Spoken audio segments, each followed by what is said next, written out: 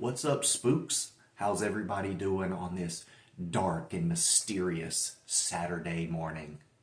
Really, I hope everybody is asleep and sleeping well and having fabulous dreams and putting the real world and all that bullshit out of your mind for just a little bit. This morning, I really didn't have much of a plan. I just missed you guys. I woke up wanting to talk to you, so I figured I'd talk to you about some books that I've recently finished, what I'm going to read next, and I don't know. We'll see what happens after that. So, yeah, spooks. My students at school were like, what do you call your subscribers, your friends and family on YouTube? And I was like, I think that's what I call you guys, friends and family. And they said, it's not good enough, Stocks. They have to have a name. So they call you guys spooks. The spooks. And just in time for the spooky season. This is not a Halloween video. I did my Halloween video. If you haven't seen it, check it out. Today I want to show you guys some books that I'm reading that I really thought were fun and interesting.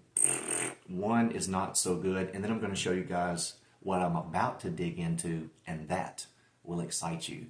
So let me shut my mouth, and without further delay, let's dig into some books. After a sip of coffee. Okay, so don't forget, I'm also a writer myself. I take it very seriously. Blaine Forrest came out in 2021, finalist for the American Legacy Book Award.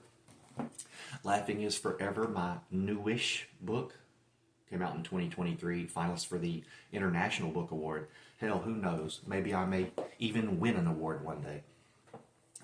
Okay, so I'll start with this one. God Player by Robin Cook. God Player by Robin Cook. I don't know what it was about this copy, but I really liked it. I really wanted it. And I read a little bit, on the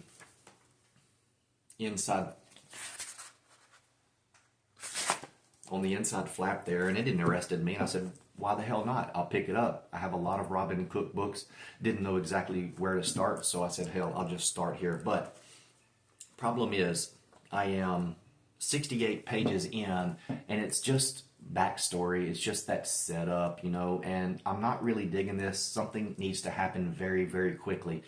There's Cassie. They're all doctors, right? And they're talking about their med school and residency experiences and trying to build worth in their characters. I'm not digging it yet. Something needs to happen, okay? So, there we go. All right, what else? Look at this bad boy. This is a first edition. The edition I read of Disclosure recently. I did a little short video, a little review by the pool. Nothing substantial. But this book was okay. It was about sexual harassment in the workplace, among other things, and the roles were reversed. I guess back in the day when this was written, the majority of people thought it could only go one way, male on female. But it does go both ways. And I was listening to Mike's book reviews the other day. He was talking about this, and he said he himself had an experience where he was assaulted by the other sex. So he knows for sure that it goes both ways, but it threw people for a loop, and he got some criticism for it. Tom Sanders is a good guy. Meredith is a real bitch in this book, but it's a fast-paced thriller. Some tech language in there that might rub you the wrong way, but yeah, it was enjoyable, and it did inspire me to pick up another Crichton book. So, Disclosure, if you're looking for a fast-paced thriller that's easy to understand, this book wasn't bad. So much better than this one so far. But if something really exciting happens in this, I'll change my tune and I'll do another review. Let's get some coffee in us right here. We love Fear Street in this community, do we not? And especially around Halloween. I catch myself always reading a Fear Street book. And if it's not Fear Street, it's Point Horror or Shivers or Goosebumps or Dead Time Stories. But I'm always reading something like this, that's real thin, easy to grasp and to finish. I mean, I want to see some progress being made, so I'm always reading something thick and something kind of thin and easy to read and fast-paced. Okay. I'm talking loved Betrayal. Have I talked to you all about it? If I haven't, I sure meant to. This book rocks and lays a great foundation for all the Fear Street books that came came before and after it. It tells you how the Fear Street curse got started to begin with. You can tell that R.L. Stine sides with the goods. It starts off with Susanna in the very beginning. That's how it all starts off. Susanna falls in love with a Fear, but Benjamin Fear refuses to allow his son, damn it, I think it's his son, because Benjamin has a brother and they're both a-holes. They both came from nothing and they're very proud of how quickly they rose to prominence, not just in the community, but in their pocketbooks. They got rich and they're trying to hang on to their power like those in power do. And so they say, nah, man, you've got to marry somebody better than a good, especially Susanna. And so guess what? He blames her and accuses her of being a witch. They burn her and her mother at the stake. And I'm telling you, her father, he goes apeshit crazy on one of those fools. And that grudge and that revenge lasts for centuries. Oh, I got the chills just thinking about it. Read Betrayal by Fear Street, R.L. Stine, and you will know how I feel right now. This was a great book, and it informs a lot of the other Fear Street books. It's a must-read. And it comes in at, 514 pages, but it's got that nice, chunky font the Sunnyvale Reject loves. This one is awesome. I had a student in mind to give it to, but I couldn't bring myself to give it to her yet, so. Okay. I read The Long Walk. I finished The Long Walk, and I liked The Long Walk. But they were walking for a very long time, kind of like The Hobbit. And I kept expecting more to happen than what happened. But I think it's the meaning that's being proffered there is way more subtle than prominent horror that we may be used to from the likes of Stephen King. There was a lot of effort put into character building, and the characters are vital, and I would say that this is a character-driven novel, The Long Walk. I don't have a copy now because I did indeed give it to a student who has to read it and do a graphic organizer and write a paper on it. And so you may never see that book here again. But it caused me to pick up another Stephen King book, and I picked up Carrie. Y'all know Carrie. There can be no spoilers when talking about Carrie. It came out in 1974. It was Stephen King's first book, and this set all things into motion. I mean, Stephen King's written damn near 100 books, and maybe more. And he's worth $500 million, maybe more. At first, this book didn't sell too well. I think estimates were about 17,000 copies that first year. But then when the hardback came out, it did really well, selling about 1 million copies, maybe a little bit more. And then the movie came out, if I'm not mistaken, in 76, starring Spacek. Oh, God. What was her name? Oh, my God, I cannot remember. Sissy Spacek, yes, and she also did the voices for the Audible book. But then, of course, the paperback started to sell after the movie came out and the hardback came out, and the rest is history, man. Stephen King's written so many novels since then, and this started it all, 1974. And he took a lot of chances with the first novel.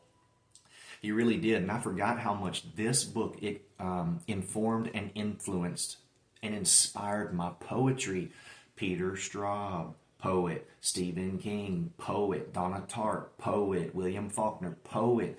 Poetry gets them into writing novels, and some of those, including Donna Tartt and William Faulkner, both Pulitzer Prize winners, would say that they are failed poets.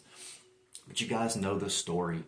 And Stephen King got the idea from witnessing some high school bullies ostracize, bully the hell and alienate a girl that ended up committing suicide. And then as a teacher, he got to see it from the other side of the desk. Coffee break. And he thought that, it would make a great idea for a book. And I can say that it's very, very important that we address bullying. Not that somebody's going to develop telekinesis and burn the school and the city down, but you have to address it. There's hierarchies in the United States, and the high school hierarchy is one of those that's the most deadly. Popularity is so important here. My wife from Columbia doesn't understand it. High schools, middle schools are hard here because popularity is so important, and kids will do anything to be popular. And it's a shame because those people that care about you when you're popular, they ain't shit. And when you realize that they ain't shit, it's too late. You realize that a little bit later in life. But if you got somebody in your family telling you, hey, if you've got to impress these people like that, or if you've got to do this to get them to like you, it's not meant to be. That's right, they're a piece of shit. Okay, Carrie. You got Sue. You got Billy. You got Chris, among other characters. They have been playing jokes on Carrie for so long that it's up to here, baby. And she's got an abusive, religious, zealot mother that doesn't want her to show her dirty pillows, that thinks sex is a crime punishable by death. In fact, she wants to take Carrie out because she knows what's going to happen because she's experienced this before. Someone else in her family had the gift. But they bullied Carrie one too many times, and this time they all paid the damn price. The school, the city, the people that were guilty of hurting her. The only one to really survive was Sue. And Sue deep down cared. And there's a poignant scene there at the end where right before Carrie dies where Sue is, she experiences the explosion and stuff from home because she asked her boyfriend to take Carrie to the prom. And so after the explosion, she gets in her mom's car looking for, I don't know, ground zero. And ultimately she comes across Carrie and they have a brief conversation and then Carrie's out. But the story is risky because it's told in two different forms and it's not linear at all. It's told from, well, more than two, Carrie's point of view, sometimes the mother's point of view, and sometimes books and reports and articles written about it. So when you're going into the book, you already know that something tragic happened, that Carrie's dead, and that other folks are telling the story. Anyway, I loved this book. You all knew it all along, didn't you? Okay. All right. Okay, so maybe one more sip of coffee. Here is the book that I'm having the most fun with, believe it or not, as silly as that is. As silly as that is, I've got toilet paper marking a page, and I've got my well, let's just say I haven't highlighted a book in a long time, and I might not show you all that, but it's The Stepsister by Fear Street. Who would have thunk it? I love this book. It is so much fun, and it has been so long since I've picked up a book and considered the antagonist, the presumed antagonist, and said, you bitch, I want bad things to happen to you, you bitch. But that's because, well, they present Jesse like a bitch. So what you have is two families, right? They're the Walners now, but you have Emily, Nancy, and her mother, and it's their house. Their father passed away about a year ago, and the family is trying to recover. The mother, Emily mentions her mother, as the only child in the family later, and that they have to take care of her and make sure that she's okay. And I thought that was a really grown-up, important message in the book, because when I see my kids at school, for example, they have a lot of parents that don't speak English, and they're going to school in English, and when they go home, it's very hard to have somebody to do their homework with, for example, and they tend to spend a lot of time teaching their parents English to help them out with the job search and whatnot. And to me, that's a noble act by very, very grown-up kids who have the big picture in mind. And I really like that. And I thought that was a good moment in this book. Nancy, Emily, Mom. On the other side, we got Mr. Warner, we got Rich, and we got Jesse. Rich is very, very quiet, so you get the sense that if anybody's guilty of anything other than Jesse, it's him, because he gives off those serial killer vibes. But you got Mr. Warner, Rich, and Jesse. All right, so Rich, Jesse, and Mr. Warner move in to Nancy and Emily's house, right, with their mother. And it's really tough. There's an adjustment period. People are starting to give up personal space to accommodate the newcomers, and they're eating meals together, and they're becoming a family, right? Well, right off the bat, we've got some terrible stuff happening to Emily. Jesse takes her room completely over, and Jesse's smaller than Emily. She takes her bed, she moves it over to her side, she takes the place by the window, then she moves her table over. Emily says, hey, this is my house. This has always been my stuff. Nah, Jessie don't care about that. Jessie's here now. It's her stuff. Emily goes to wash her hair. Somebody put peroxide in her shampoo right before an event, and it dyes her hair all these weird colors. She's embarrassed. You guys know ladies in their hair, especially in high school. Come on. She's traumatized. No, it gets worse. Someone killed her dog. Looks like they stabbed it in the chest. Who could be so evil? Peroxide's one thing. Taking over her room. She even deleted a 12-page paper. I forgot to mention that. 12-page paper it took Emily 3 days to work on. She deleted that too. Or so we think. Here's the thing though. Others have a motive. We find out later in the book, Nancy used to date Emily's current boyfriend. Now, Emily is happy. She likes her boyfriend. He doesn't give her the problems that he gave Nancy. Nancy's jealous. Nancy can't get a date. Nobody wants to spend any time with her, and when they do schedule a date, they cancel. Nancy has a motive. We think Rich has a motive. Here's something else. One day when Jesse's gone, Emily goes through her room. Look, she's fed up. Well, it's her room too. She goes through her stuff. She's fed up with all this BS that's happening to her, and she wants to get down to the bottom of it. So she's looking around, and she comes across Jesse's diary.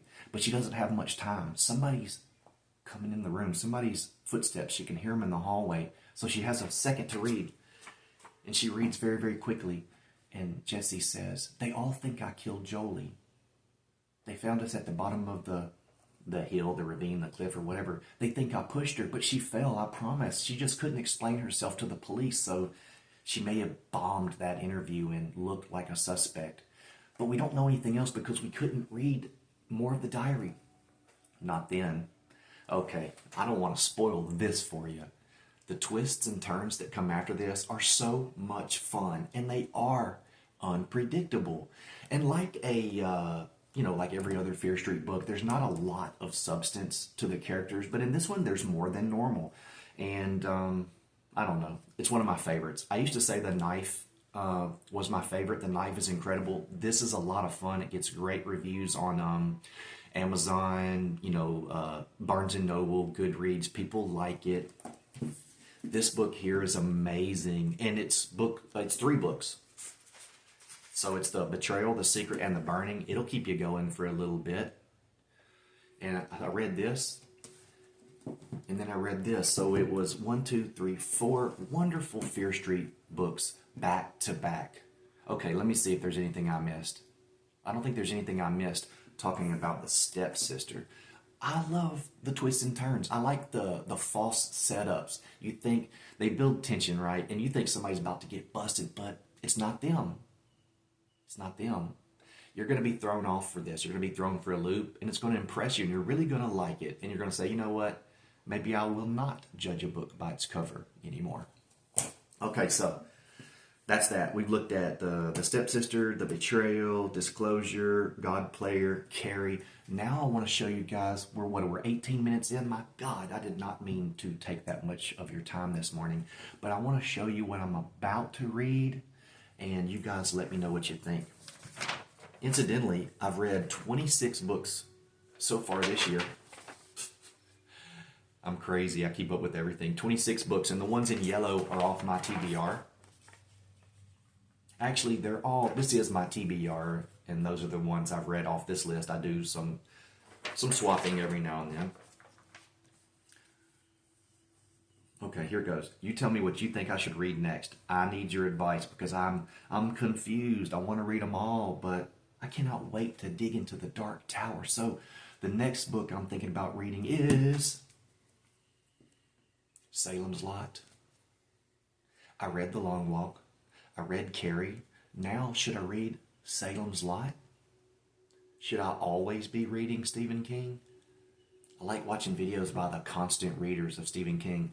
I am a constant reader of Fear Street. This book comes in at 600 and, with the epilogue, 631 pages. What do you think? Should Salem's Lot be the next book I read? Or should I start the Blue Rose trilogy and start with Coco? What do you guys think? That reminds me of something. I have to tell you guys something after this. Don't let me forget. Okay, Coco. Should I read Coco and start that Blue Rose trilogy? Or should I go back to my boy PKD and read A Scanner Darkly? A Scanner Darkly. It's a police officer looking for a criminal drug addict. Little does he know, he's looking for himself. Should I read it next? What do you guys think? God, I love you guys, but I'm going to let you go for now. I just want to say, you know who you are. Thank you so much for the package and the book and the little skull of vodka. I like how you wrapped it. A subscriber, a friend, sent me a package with a signed book in it, and I will show it to you guys in another video. I'm wrapping it in Mylar today. I want to protect it and keep it forever. I'm so grateful. Thank you all so much. Thank you for watching my videos. Thank you for being my friend. Thank you for being you. You rock. You're amazing. Better than good enough. You're the most. You're perfect. Get out there and have a wonderful day. All right, stay cool.